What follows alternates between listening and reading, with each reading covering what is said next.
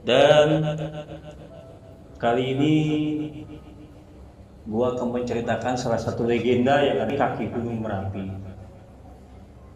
Dulu banyak cerita tentang legenda ini. Sebut saja legenda ini yang bernama Romuleo. Lalu seperti apa ceritanya?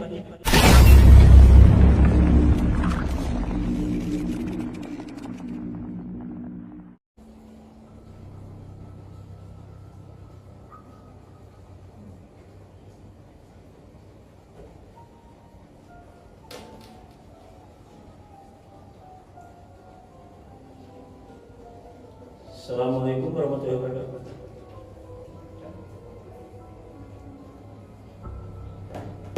Assalamualaikum warahmatullahi wabarakatuh. Sampurasun. Balik lagi bareng gue Fikri Topik di Rumah Gudang Misteri. Dan kali ini gue akan menceritakan salah satu legenda yang ada di kaki Gunung Merapi. Dulu banyak cerita tentang legenda ini. Sebut saja legenda ini yang bernama Romuleo.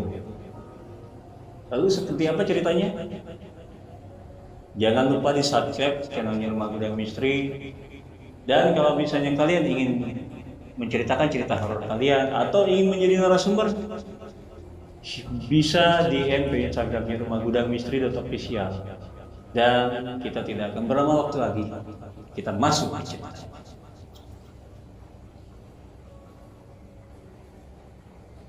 Desa Purba adalah desa kecil di kaki Gunung Merapi yang terkenal dengan udaranya yang dingin dan kabut tebal yang sering turun saat malam.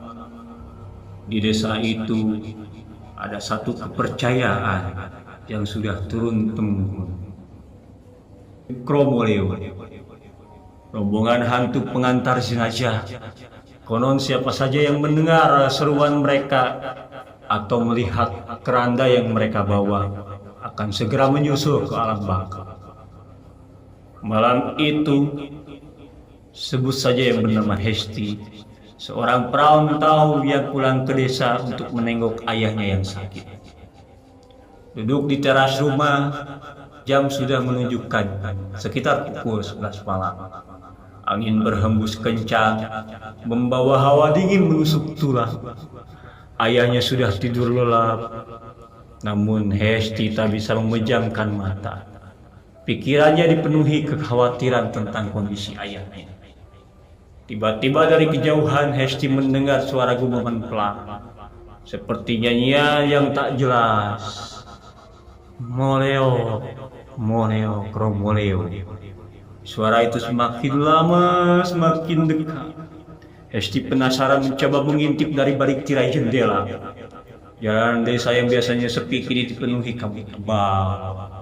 Lalu dia melihat sesosok keranda usang yang bergerak tanpa ada yang mengangkat sekelilingnya. Ada rombongan sosok berjubah hitam dengan wajah pucat, namun tatapan kosong.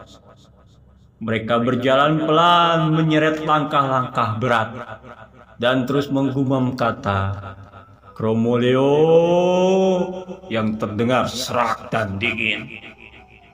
Jantung Hesti berdegup kencang. Dia tahu itu adalah Romuleo. Ayahnya pernah bercerita bahwa rombongan itu hanya akan muncul saat akan ada orang yang dijemput. Hesti buru-buru menutup jendela, mengunci pintu, dan bersembunyi di balik lemari pakaian di kamar ayahnya. Tubuhnya gemetar ketakutan. Gumaman Romuleo kini terdengar sangat mendekat. Seakan rombongan itu sudah berada tepat di depan rumah Hesti. Hesti menutup telinganya, berusaha tidak mendengar. Namun suara keranda yang diseret di tanah becek dan bisikan-bisikan serak itu tetap menembus masuk. Terdengar suara ketukan di pintu rumah. Perlahan namun pasti. Disusul dengan suara aneh seperti benda yang ditarik di teras. Lalu keheningan. Hesti tetap bersembunyi, tak berani bergerak sedikit pun. Ia menunggu hingga pagi menjelang, hingga matahari bersinar, dan kicauan burung kembali terdengar. Saat pagi tiba, Hesti berani keluar dari persembunyiannya. Ia melihat sekeliling rumah, tak ada yang aneh. Namun, saat ia membuka pintu, di depan pintu rumahnya terdapat bekas tumpuran hitam yang menyerupai jejak keranda yang diseret. Hesti panik, ia segera masuk ke kamar ayahnya. Tubuh ayahnya terbaring kaku, dingin dengan wajah yang pucat. Ayahnya sudah meninggal dunia, dijemput oleh Kromoleo di malam yang dingin itu. Sejak saat itu, Hesti tak pernah kembali lagi ke desa purba. Ia tahu Kromoleo bukan hanya cerita, melainkan teror nyata yang siap menjemput mereka yang sudah saatnya pergi. Oke, terima kasih dan begitu saja cerita horor tentang penjemputan terakhir Kromoleo. Itu adalah salah satu legenda dari kaki Gunung Merapi, dan cerita ini dikirimkan oleh orang yang bernama Hesti.